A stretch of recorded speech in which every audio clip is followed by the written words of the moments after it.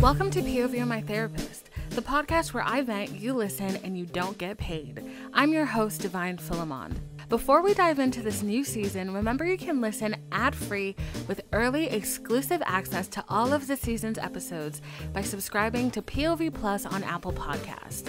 Our new merch is live at www.pov.plus. Yes, that's www.pov.plus, not .com. Don't miss our featured shirt this week, Sad Girls Go to Heaven. The link is available in the description below. I'm also super excited to announce a giveaway. Leave a rating and review on either Apple Podcasts or Spotify for a chance to win one of each of our merch items and to get a special shout out on the show. Make sure to check out our newsletter, The Hot Sexy Overshare, released every Saturday on Substack in conjunction with our regular weekly episode of POV You're My Therapist. All of this and more can be found at www.pov.plus. Hey, hi. Welcome to POV You're My Therapist, the podcast where I vent, you listen, and you do not get paid. So today we're going to talk about politics. Yes, we're going to talk about politics because, as you know, the election is coming up. Okay, November 2nd. It's not November 2nd. I'm sorry, that's my birthday. Well, now you know that my birthday is November 2nd. Okay, November 4th, you need to get your little ass out to the polls. Okay, you need to get yourself out to the polls like you a freaking stripper and you have kids to feed. Okay, election. So I wanted to talk about politics because I'm not gonna lie to you, this little roundabout, seeing Bernie be screwed over in 2016, and then Hillary Clinton ruining everything 2016, having a very tumultuous relationship with politics over the years because, people you've respected, you've loved, you've cared for have come out of the closet as Trump supporters. And also getting just tired of politics and getting political fatigue. And I think that's a fair statement. Okay, I'm allowed to say that because obviously I'm Black. So I can get tired of thinking about politics because it is a revolutionary act just for me to exist. Being sexy, fat, Black. Come on. Like, I am breaking all kinds of boundaries right now, okay? Like, I'm glass ceilings shattered everywhere. But I wanted to talk about politics just because I feel like I've always been a very political person. I've always been politically active. When John Ossoff and Reverend Warnock were, campaigning in Georgia, I helped out. I was there too.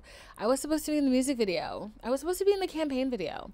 No, but I helped out. I texted, I knocked on doors. I did the canvassings. I did what I had to do. Okay. I'm going to be 100% honest here when I have these conversations with you. And you may not like what I have to say, but I'm telling you these things about myself. I have noticed recently, I can kind of see, let's do a Venn diagram. I love a Venn diagram. In the words of Kamala Harris, Miss Coconut Tree 2024. Let's do a Venn diagram. The Venn diagram, all right, that has, frustration with Democrats, because I'm a Democrat, I'm a liberal, okay? Frustration with the Democratic Party here in one circle. And then you have, actually, no, that's not it. Actually, okay, sorry. The Venn diagram is more so a circle here. Frustration with the two-party system. Circle here, right-wing conspiracy theorist, okay? What do they both have in common? They have a deep distrust of the government. And what's in the center of those two Venn diagrams? You have sick of the two-party system, right-wing conservatism, disillusionment in the American government. I'm so smart. I said that because I'm smart. That's what I've been noticing. And what kind of made me realize I need to kind of sit down and kind of write out and think about what my real beliefs were was because I found myself getting so eye-rolling annoyed at the things that I would hear leftists say. To an extent, I think you have a capacity for tolerance, and you should be tolerable of a lot of things, but if you don't have any boundaries, you have no boundaries. If you don't stand for anything, you fall for everything, and I think there is a limit to what you can stand for. So what do I mean by that? I mean by that, like, when it comes to like gender politics, I know this looks like it's going into a scary direction. Don't worry, it's not. When it comes to gender politics, whatever I learned up until 25 is probably as far as my brain is going to let me take for the rest of my life. So I learned about the LGBTQIA plus. Okay? Anything past that, I'm clocking out. Okay? I'm clocking out. I'm not actively in that community. So to an extent, I'm like, okay, I'm done learning about this. I know what I need to know. It covers the majority of the population of the LGBTQIA, Rainbow Mafia. I'm understanding this. Okay, I get it. I know where I stand in the letters. It's the B. I'm good. When it starts getting into the politics that literally count for like 0.001% of a group, I'm clocking out. I'm clocking out. That's for you to know, and if we run into each other, you to tell me. But I'm not going to go out of my way to like learn about that, because I just feel like people want you to do that and give a lot of energy to all of these things. So they want you to know about that, okay? They want you to know about their gender politics. Great. But then somebody wants you to know about their politics and their historical politics and their race politics. And it's like, girl, I'm one person. You're spreading me thin. So I would say that I kind of clocked that my thoughts were getting like, we're starting to lean a little conservative. And honestly, for me, like, honestly, they're really not that conservative, because what I consider conservative is still pretty liberal. But I was just finding myself being on the other end of the liberal spectrum. And I was like, I need to like kind of tap in and see what's going on here. And I realized that what was happening was I was just getting fucking tired of learning a new phrase and a new person and a new thing every week that was supposed to, like, if I didn't know about it, it would ruin somebody's life. Okay? So I got tired of that. The Democratic Party as a whole, I was getting tired of her. Every time I saw Joe Biden's rusty, crusty ass, I was like, these people don't want to win. They don't want to win this election. They are forfeiting. They are giving up. They are turning it over to the bad guys. What is going on? I was getting so frustrated with it. And I was like, if they let this old man run for president, we are going to be back up in chains, girl. I saw a tweet. It said, they go low and we go high all the way back to chains. Yeah. And I was like, these people are not acting like people that want to win. And then Miss Coconut Tree came out of nowhere. Miss Coconut Tree, you think you just fell out of a coconut tree? You exist in the context of everything that was before you and ever will. Okay? You exist in the context. That was funny. Fine. Okay? But I have a conspiracy theory that they let Old Man Joe, Sleepy Joe, go out there and just, I think they weren't giving him his meds for a couple weeks purposefully. Like his cognitive stuff, they were letting it slide. They weren't giving him his, they weren't giving him his poppers. They were letting him, have too many apple juices a day. Maybe letting his sugar get a little too high, making him a little extra tired, just so he looked really pathetic. So that in comparison, when Kamala Harris announced her running for president, it just was a whole new breath of energy. And my God, I was here for it. I am here for it. I'm still here for it. I am here for it because it feels so nice to be reinvigorated and to see somebody who knows what's at stake. And we're going to talk about a lot of different things during this episode. First thing that I'm going to talk about are the important dates of this election. So at least if you hear anything, you hear that. So I'm going to let you know about the important dates of the election. I know this is for Georgia, but if you Google this, I promise you can find out what you need to know, girl, depending on your state. September 16th, what is it? First day to request your mail-in ballots. Okay? October 7th. What is that? Last day to register to vote in the general election. Also the last day for you to change your address. Okay? October 15th, early in-person voting begins for the general election. Okay? October 23rd, recommended date to send your absentee ballot in by. Okay? So they can count it by the election, which is when? November 4th. And also, when is Divine's birthday? November 2nd. Thank you. Thank you very much.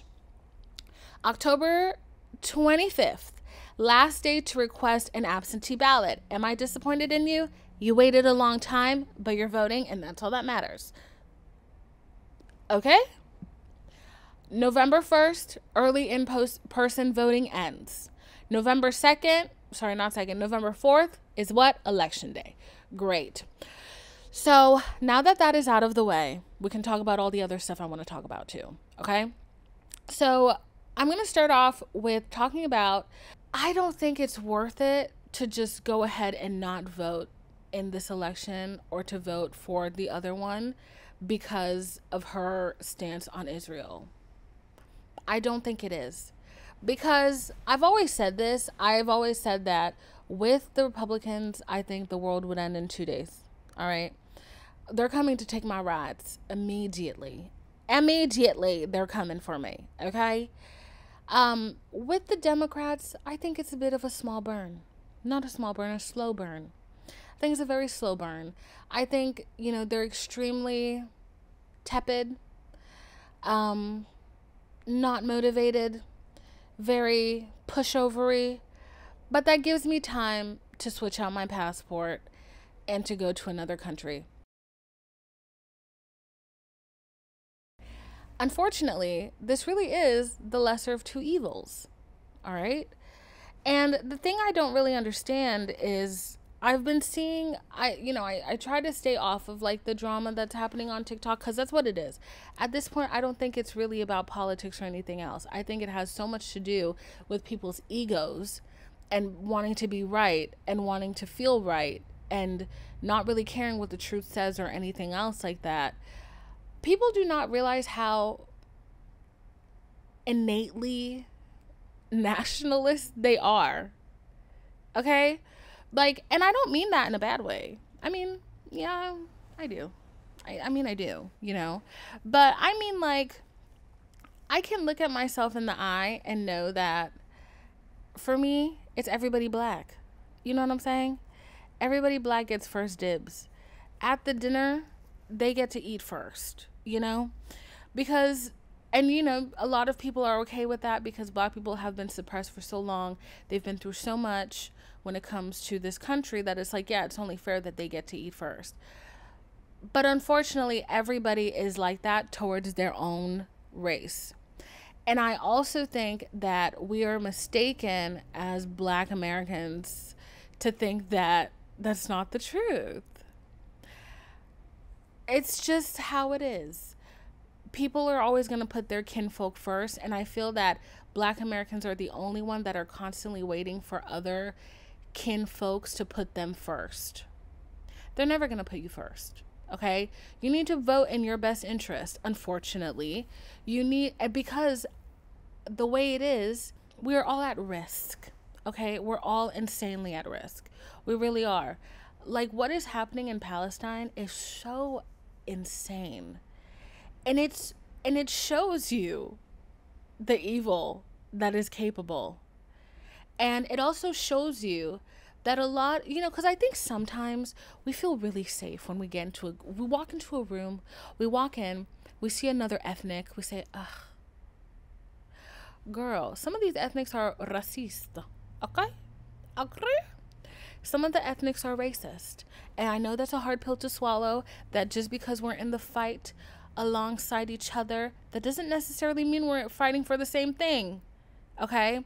And I'm not saying that being like, oh, we're black, the Palestinians are Palestinians, they need to hang them out to dry, they can take care of themselves. That's not what I mean at all.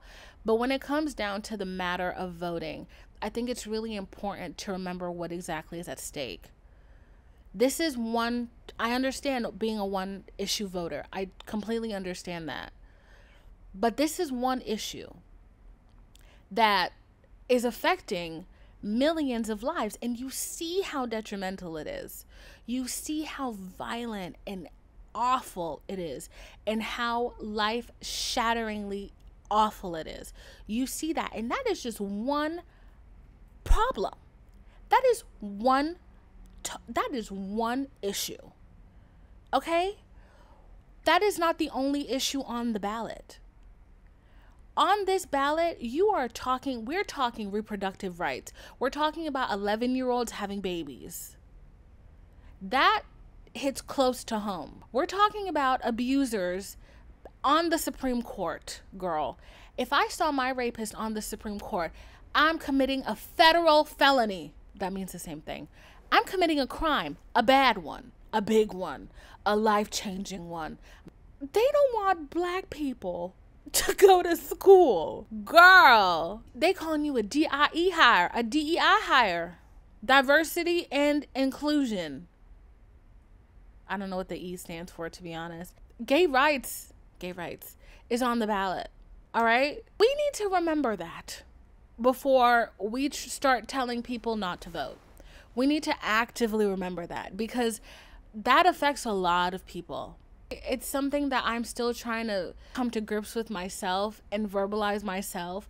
I'm not saying these things in like, oh, this is concrete, this is how you should be, you're stupid for feeling that way. I'm not saying that at all. I completely understand why you feel that way. And to an extent, I feel that way too. But I'm also remembering the other issues that are at play here, that are scary. That man don't like y'all. Unless you are and rich, he don't like, and a man, he don't like you. He don't like you, and he's gonna make sure you know it. Like, I wish we could live in a perfect society where, you know, people didn't have to worry about these things, but we do. We live in this society where we do have to worry about these things, where, you know, the talking points for Republicans is how Tim Walz made sure that the kids had food to eat. Come on. This is the richest country in the nation, and there are we're poor here because they're sending so much money over there to bomb helpless people. Why are kids hungry at school? I don't understand that. Why are kids going to school on an empty belly? Like, there's so much stuff that we need to deal with as a country, and Palestine is a huge issue. Israel is a huge issue. Foreign affairs are a huge issue.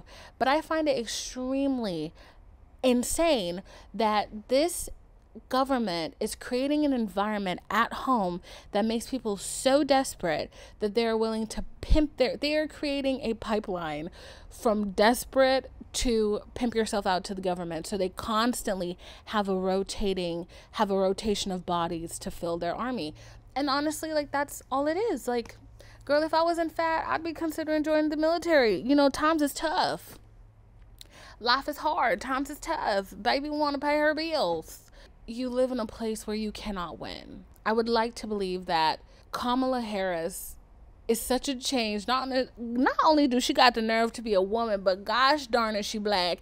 And she love her a tan suit and a silk press and a sweet treat. Woo! I know them people is mad. I would hope that because she is such a huge shot of adrenaline and being so different, that she takes it and runs with it. That she's like, okay, y'all already don't like me. I'm gonna executive order student loans canceled, executive order school free food for everybody at school, executive order medication is $2 $2 small bottle of pills, $3 big bottle of pills, everything else $4. You know what I'm saying? Like, the cancer treatment $6.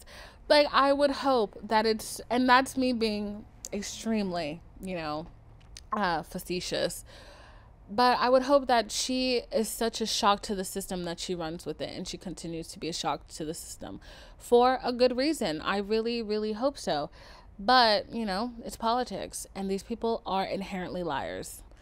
Trump's running mate is a guy called J.D. Vance. Now, J.D. Vance he has a particularly unsettling face, because I'm 99% sure that he wears eyeliner to make his blue eyes pop, and he looks like a ghoul. That's about as nicely as I can put it. He looks like a ghoul. And he has eyelashes that are blonde, which, as a dater of the Caucasian spectrum, there is nothing I do not like more in this world than a blonde eyelash having freak. I'm so sorry, but why are your eyelashes blonde? They look like, you know when you have sleep in your eye? It looks like they constantly have sleep in their eye. Not my cup of tea at all. Grow up, put some mascara on. I guess that's what he did, but he be applying too much and he applies too much and he looks crazy. So anyway, so he wrote a book called Hillbilly Elegy. Okay, so I'm going to read you the synopsis of this book. So in this book, Vance describes his upbringing and family background while growing up in Middletown, Ohio, where his mother and family had moved after World War I from Kentucky. Vance states that their Appalachian culture valued traits such as loyalty, love of country, despite family violence and verbal abuse. Vance recounts his grandparents' alcoholism. His grandparents were alcoholics. His mother was a drug addict. And, okay, so his mom was a drug addict and she would steal pills from the hospital. Why did he say in one of his campaign videos that his mom got drugs from Mexicans coming across the border? Girl. Okay, anyways. Anyways, so his mom couldn't take care of him. He lived with his grandparents. He ended up going to Yale, and he basically was asking himself, like, what is the important things of... He really had a big self-crisis with respectability politics. He hates poor people. He hates hillbillies. Because he feels like he went to Yale and he did it all. Why can't you do it too? When I tell you this man has no riz, I was watching a video of him at a bakery and it was just I don't know. Like, sometimes you watch things and you're like, do these people want to win? Like, I don't understand why you would put your vice president in that position. But also, I don't think at this point Trump likes him. Okay, so he's said a couple of really crazy and outlandish things. Like, at one point on a podcast, he said that women past menopause were basically, they have no purpose in life besides to take care of their younger people's children, like their grandkids. That to me is a crazy statement. Okay, we love a grandma that steps up and takes care, but that's an insane statement to say they have no biological purpose besides that. Forget living a life, okay? I say this because one of the things that I wanted to talk about in this episode is something called the Overton window. So the Overton window is basically, and I'm going to tell you the exact definition from Merriam-Webster. The Overton window is the identifying ideas that define the spectrum of acceptability of governmental politics. Okay, it says that politicians can act within the acceptable range. Shifting the Overton window involves proponents of policies outside the window persuading the public to now expand the window. What the fuck does that mean? Okay. So let's think about this. Remember in 2008, I think, when Obama was running against John McCain. And they kept saying that Obama was a Muslim, which honestly, looking back, sometimes I read old articles, looking back at those headlines, that is insane. Those were in this year, in this year of our Lord, that is job losing headlines. Okay, to be saying that Obama is a Muslim because his middle name is Hussein, you're losing your job and your pension, bitch. You're getting sued for libel. Insane. So that was the big thing. And I remember during one of their debates, or during one of John McCain's rallies, some guy started spewing some racist BS about Barack, asking about the Muslim stuff, right? John McCain grabbed that mic and he was like, we don't do that here. I don't know where you're from, but we don't do that here. Okay, we're not going to do that. He is an outstanding gentleman. He is this, he is that, he is blah blah blah blah blah. It's the same way that when Trump first started running for president, all of these Republicans came out and were like, this guy is gross, this guy is bad. And then once they realized he was gaining traction because, you know, his fans were insane, they all started, you know, walking that back and being just as awful as him. Now, when you look at politics, you can have what would have been a career-ending action, like, God forbid if John McCain had let that guy speak, not even him speaking, John McCain letting that guy speak, him adding nothing to it, him saying, okay, thanks, taking the mic back, not defending Barack Obama, that is the end of your campaign, sir. Exit stage left, okay? Now that Overton window has shifted so hard, you have a guy who was in office, won the election, is running for president again. He has 51 felonies. He is going to be sentenced in October. He got 33 rape charges and 5 baby mamas, I think, and 3 baby mamas. Okay? If that's not a shift in what is deemed acceptable, I don't know what is, girl. I don't know what is, okay? Like, I find it so shocking when I think about that. And it's like, how far is this going to go? And, like, you can see how the slippage into just insanity, you can see how it happens. You can see how people lose their moral compass. If everybody in the room is like, it's okay, you don't have to wash your dishes, you're not going to wash your dishes. If everybody in the room is saying, oh, it's okay, you can be your worst self, what's to stop you from being your worst self? I think this is also why Kamala's campaign of literally just being a happy, normal person has been so effective, because you can only live in misery for so long until people just start getting tired of your BS. And I think, like, this entire election, everything that's been going on with, like, our politics, I think it's a greater representation of everything else that is happening, like, in our society. People are miserable. The mental health rate, down, honey. She is down. Okay? People can't afford to eat. People can't afford to live. People are having a hard time just getting by, and that's making them miserable, and they're so tired of it. They're so tired of it. And it's like, at this point, you have en masse, you have at least 50% of the American populace turning to the government and being like, you need to fix this. I can't budget myself out of poverty. I can't budget myself out of simply being the rich man's bitch. I can't budget myself out of that. Y'all need to make it work. Y'all need to make it work. Okay, y'all need to fix it immediately. We need deflation yesterday. Okay? Inflation is crazy. I'm sorry. I never thought I'd be one of those people getting on a podcast and be like, inflation is crazy. But goddamn, bitch, inflation is crazy. What do you mean? You know, I used to go to the grocery store. Let me say something. My weekly groceries used to be $40. Okay? $40. You know what I could get for $40? A lot. I could get enough to make my green smoothie, which, you know, that's not cheap. I was buying premium ingredients. I was buying organic apples, organic pineapple.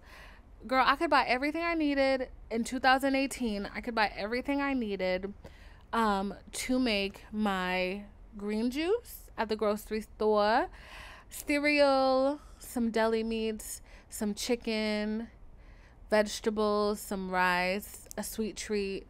I could buy all of that for like $40, and I'm leaving some stuff out. I could get toiletries, I could get toilet paper, I could get tampons, I could get whatever I needed to get, girl. I could get it all for $40. Now, I had to make mac and cheese the other day. Not had to. Nobody had a gun to my head and told me you have to make macaroni and cheese. I wanted to make macaroni and cheese the other day. And y'all, why I went in there. I was so scared. I was really scared for my life because I had to buy like 6 different types of cheese. Okay. I had to buy 6 different types of cheese, 2 different kinds of noodles. Okay.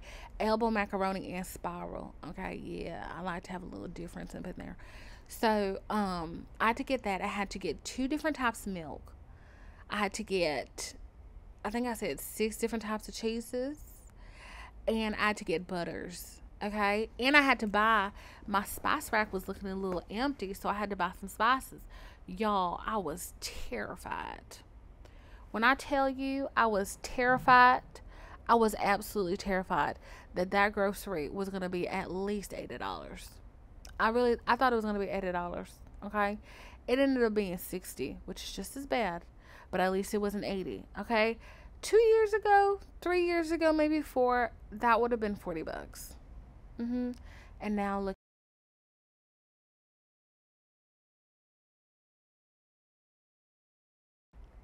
I took a break. I went to lunch, and now I'm back.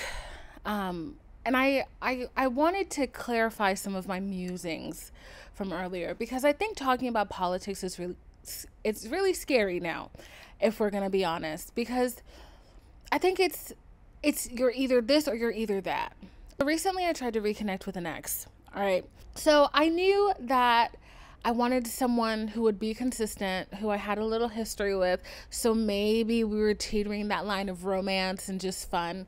So I was like, let me see what he's up to. Because I knew he moved into the city and I was in the city. So I was being a city girl. And I was like, okay, let's see if, what he's got going on.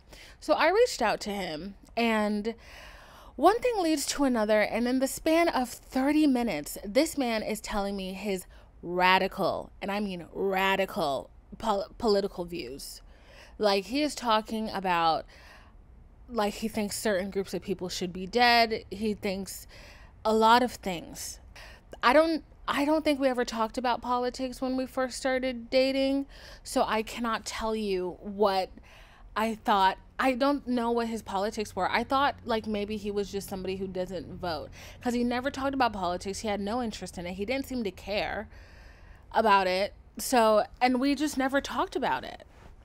But I knew he was not, and he was not insufferably conservative. I knew that much, because they always let you know.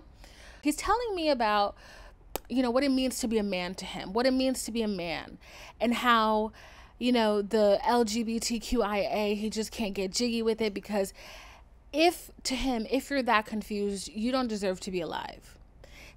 Obviously, between the time that he and I dated and to now, he's been radicalized, like deeply radicalized. And he told me before he went on to there, because that was about the last thing he said, because I said, girl, absolutely not. This conversation is of hair, okay? But right before then, he was telling me about something that he went through about a year and a half ago. And as I'm listening to it, I'm like, I know this man's personality. He is bait. He is bait. He is catch bait for the right wingers, for the white supremacists. Like that he is their bread and butter. Like, because he is so emotionally fragile, okay, that he's perfect to manipulate. He truly is, okay? Sorry, but he is. So listening to him start off this conversation telling me about this really traumatic, I'll give it that, it was very traumatic, this very traumatic thing that he went through, I'm sitting there thinking like, oh my gosh, like, I really hope he never gets into the grips, he never falls into the grips of a cult, of, somebody who is looking for somebody to manipulate. I hope he never falls into the grips of that. And then he starts telling me about his political views, and I'm like, okay, oops, too bad. We're late in this conversation. He's already there. So he's telling me what he thinks it should be like to be a man, and blah, blah, blah. And I'm like, if you're so busy, and that's what I said. I said, if you're so busy being a man, providing for your family, protecting your woman, why do you care what anybody else is doing with their time, with their body, with their sex? Why do you care? You should be so focused on your life, on your things, and be so secure in it that you know that nothing that is quote unquote against your beliefs is gonna jeopardize that. That's how in tune you should be with your beliefs. And when you are that in tune with your beliefs, you know what those things do? They don't bother you. You become extremely tolerant because you get this understanding that it's not my life. I haven't walked this path, but even though I don't get it, it's okay. It's your path to walk. It's your life to live.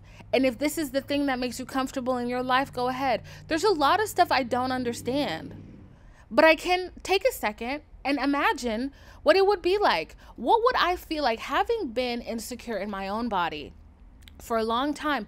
What would I feel like if that was past fat? If that was past fat, and if it was to my gender, if it was to my gender identity, if it was to my gender expression, if it was to my physical gender, what would that feel like? What kind of, oh my God, the torture it would be for me to feel like I'm in the wrong body. I can't imagine. I can only imagine because I haven't walked that path. So for me to sit there and be like, I think people who are of a different gender identity or of a different romantic expression than myself, to say that they're wrong or anything, like, you're fucking stupid. Like, to me, you're not smart. You can't think past yourself. And to be honest, he is very selfish, which is why I didn't want a relationship with him. I was just trying to fuck. Okay. So that happened. And then he was doing that. And I retort with if you're so busy and you're, if you're really concentrating on the things you should be concentrating on, what other people do with their lives should not bother you. Okay? I hit him with that one. He goes, "Did you just interrupt me? Did you just fucking interrupt me, woman?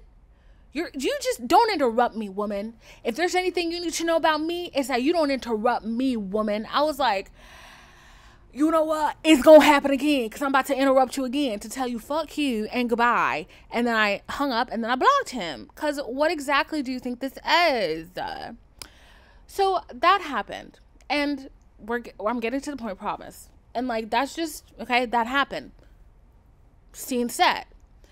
I call my friend to tell her about this. And I call two of my friends to tell them about this. I call one of them who is extremely liberal, and she's super, like, we were actually just talking, and she was just telling me how she doesn't think she can date somebody whose family is conservative, even if they're not conservative. And I was kind of telling her, like, I don't really think it's a problem because you are in a relationship with the family to an extent. But if this person is so close with their family to the point where they raise somebody so great and they're not conservative, if that person you're with is not conservative, I don't really see the problem. If you and your partner's views align, I get the family thing, but I also don't think it's like too big of an issue. If she had told me that this man was not, liberal and he was super conservative, then I would have been like, oh, hold your horses. I understand.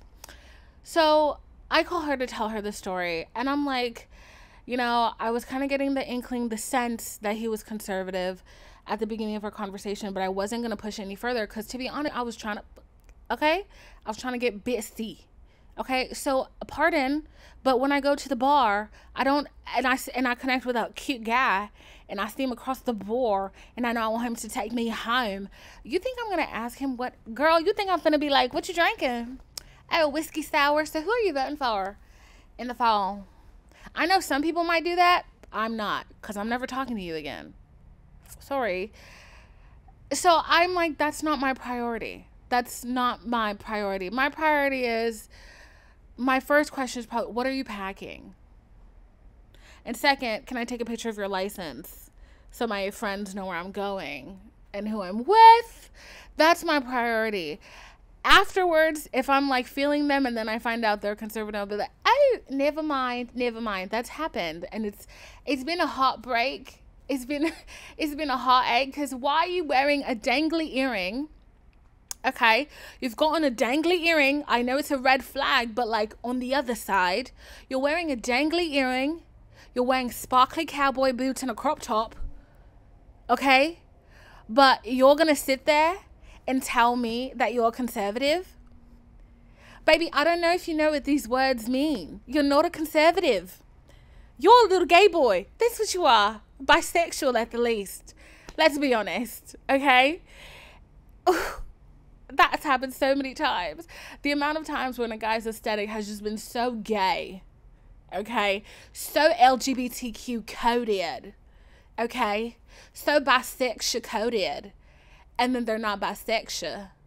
And then I'm just like, oh, so I'm going to be the only bisexual in this polycule. I'm kidding. I would never be in a polycule.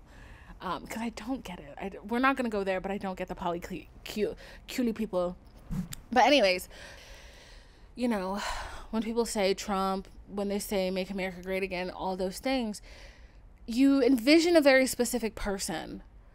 But I will tell you that while I have run into a lot of those people, I run into a surprising amount of colored people in that camp. From Black to Indian to Asian to Hispanics. And I'm like, girl, like this, you guys would not survive Jim Jones's Kool-Aid. I know the extent of my intelligence when it comes to these things. Once something just starts getting a little too hard for me to understand, I take a respite. I take a step back and I put my hands up. I don't try to pretend I understand it. I don't. I'm like, I don't get this. I'm not doing, the connection is not happening in my brain right now. And I'm not going to pretend to. But on the other hand of that, the reason why I do that is because I know that there are so many people who pretend to understand something, who pretend to be politically aligned to something because they want to be able to say, I gotcha. They want to be able to say, oh, look, I've looked through your papers, your papers, meaning your tweets. I've looked through your tweets. I've looked through your likes on TikTok. A lot of people use that as a means to control other people. And it's not everybody, but I can't sit here and pretend like a lot of people do not use boycott, social justice, political correctness, cancellations, all of these things as a means of revenge. Because a lot of them do. A lot of them do. There's a lot of conversations that happen that I excuse myself from simply because I don't know. I don't know what is the right answer. I don't know what I'm supposed to say. I know there's little things I can do. I don't go to Starbucks. Okay. Who else is on the list? I don't have Disney Plus. Okay. What else is on the list? It's like there's little things you can do, sure, but should you beat yourself up about it consistently? No. I don't think that's worth it. I really don't. I really, really don't. So